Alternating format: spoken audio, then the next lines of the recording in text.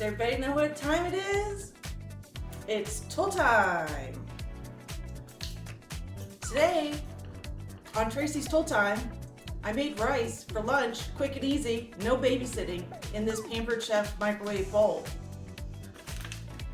I used the cilantro lime rice package out of the pantry, and I put it in the bowl, which has pre-measured sides on it for your water. And here's a surprising fun fact. Most people ruin their rice by lifting the lid too soon. Rice came out light and fluffy. I also cooked up some steamed broccoli in the egg cooker.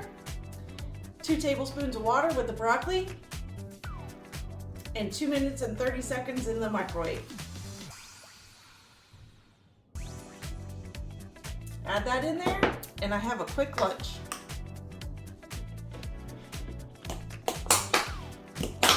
Simple tools, real life. Come back to Tracy's Tool Time for some more lunch hacks.